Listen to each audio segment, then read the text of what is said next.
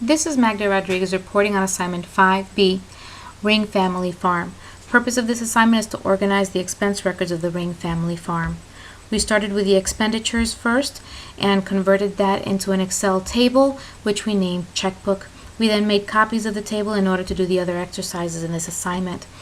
Q5, as you can see, I started off by sorting category first and payee, both in ascending order, and then lastly date paid by newest date first. Then we did a filter here by category, looking only for those categories which were repair or equipment in the month of December. Then I sorted by amount with smallest amount first.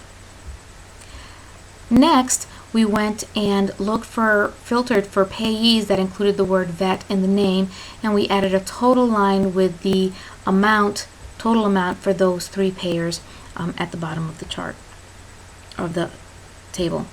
On Q8, we did conditional formatting here in order to highlight any outstanding checks in the yellow and dark yellow text by doing the conditional formatting tool and looking for anything that contains the text of yes.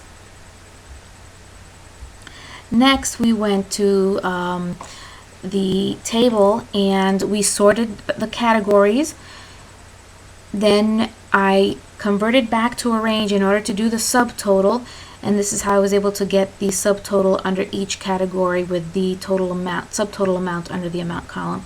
This allows me to go ahead and quickly look at my subtotals by category and not look at all the other data.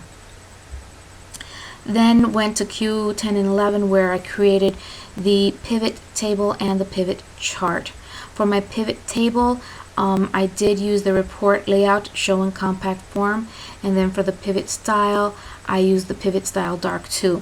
I added the slicer, it's my newfound tool here in pivot tables and so forth.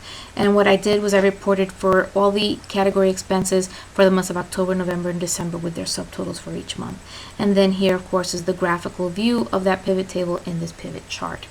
Lastly, we replicated the figure in figure 5-56 on Q12. Here are the answers to my questions. The difference between pivot tables and pivot charts is you're able to use or summarize groups of data in an Excel table and then take that into a tabular form and move rows and columns around. And the pivot chart gives you more of a graphical display of that data. I enjoyed this exercise and thank you so much.